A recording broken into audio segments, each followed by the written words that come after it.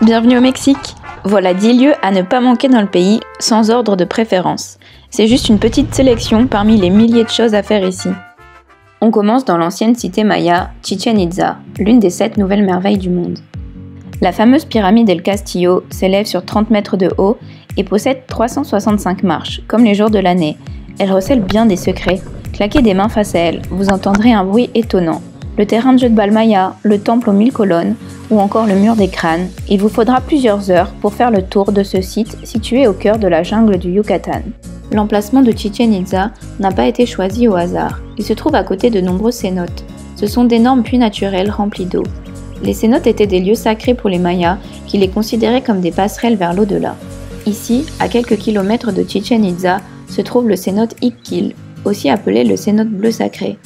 On descend pas moins de 26 mètres sous terre avant d'atteindre un grand bassin d'une profondeur de 40 mètres, idéal pour se baigner dans une eau bien fraîche au milieu des poissons-chats. On change d'état, bienvenue à Cancún, dans le Quintana Roo.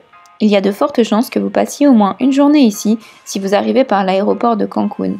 Cette ville bordée par la mer des Caraïbes possède 2 facettes. D'un côté, une zone hôtelière qui rime avec luxe et fête.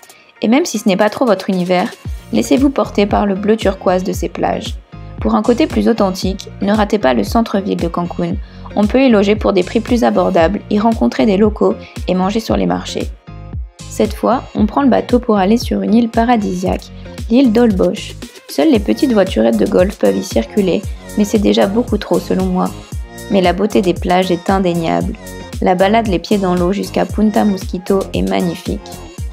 Partez explorer les îles environnantes pour découvrir des eaux transparentes, des crocodiles et plein d'oiseaux.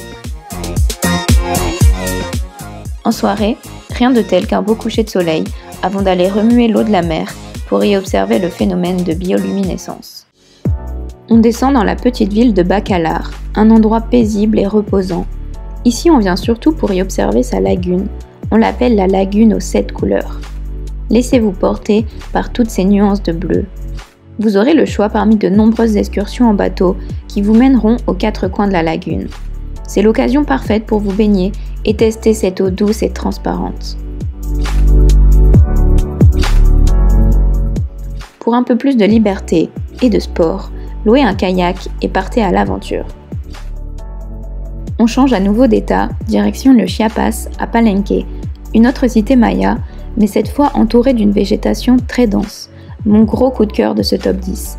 On se sent transporté dans une autre époque, un peu à la Indiana Jones, au cœur de la jungle et au milieu des hurlements de singes. Le lieu est déjà très grand et c'est à peine croyable, mais seulement 10% du site aurait été découvert pour le moment, le reste étant encore enfoui dans la forêt. Non loin de cette magnifique cité, on retrouve les cascades de Roberto Barrios. Bien moins connues que les cascades Agua Azul ou Misoal, et pourtant bien plus paisibles et peut-être même plus impressionnantes. En plus de contempler ces paysages magnifiques, vous pourrez profiter de ces piscines naturelles et de cette eau cristalline pour vous rafraîchir. Le site s'étend sur plusieurs niveaux et il est facile d'y trouver un petit coin de tranquillité. C'est parti pour l'État de Mexico. On prend de la hauteur pour observer le lever du soleil au-dessus des pyramides de Teotihuacan. Ce lieu est mystique. Une légende raconte que c'est ici que les dieux se sont réunis pour créer le soleil et la lune. De nombreux mystères entourent Teotihuacan. On ne sait toujours pas qui est à l'origine de sa construction.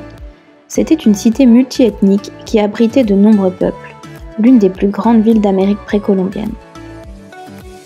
Bienvenue dans le Musée national d'anthropologie situé dans la capitale, Mexico City. C'est un musée immense, l'endroit idéal pour en apprendre davantage sur les civilisations précolombiennes à travers le Mexique, comme les Aztèques, les Mayas, les Toltecs ou bien d'autres peuples. Les salles s'enchaînent, certaines plus intéressantes et marquantes que d'autres. On retrouve des reconstitutions de la cité de Teotihuacan ou encore le calendrier aztèque, dite la pierre du soleil. J'avais envie d'ajouter des activités à cette liste, alors laisse-moi t'en présenter 2. La lucha libre est une véritable institution dans le pays. C'est le catch mexicain, ambiance garantie. Et pour finir sur une note plus poétique, petit tour sur la place Garibaldi à Mexico City pour écouter les mariachis, musiciens emblématiques du pays.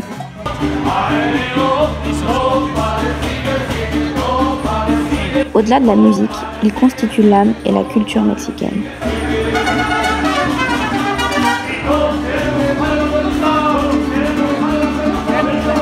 Le Mexique est un territoire immense, riche en culture et en histoire, une destination à ne pas manquer lors d'un tour en Amérique latine.